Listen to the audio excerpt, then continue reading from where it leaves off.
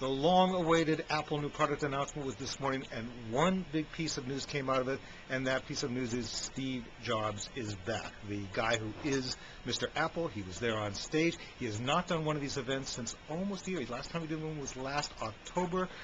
As the world knows, he was very ill. He had a liver transplant earlier this year, but there he was. He was not as robust as he's been in the past, and maybe his voice was a little scratchy, but he was back and hosting this event.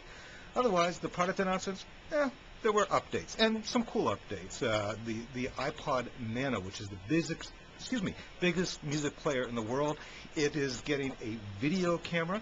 It's getting an FM radio. It's getting a pedometer for those who need that.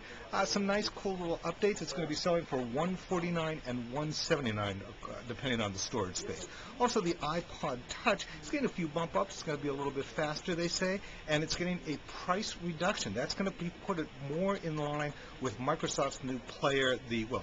It's an update of their player, the Zune. It's called the Zune HD. That's coming out on September 15th, and the fact that the iPod Touch is going to cost about the same is not great news for Microsoft. But that's it. No new tablet, no Beatles on iTunes or anything like that. The big deal is Steve Jobs was back and hosting that event. I'm David Colker, Los Angeles Times.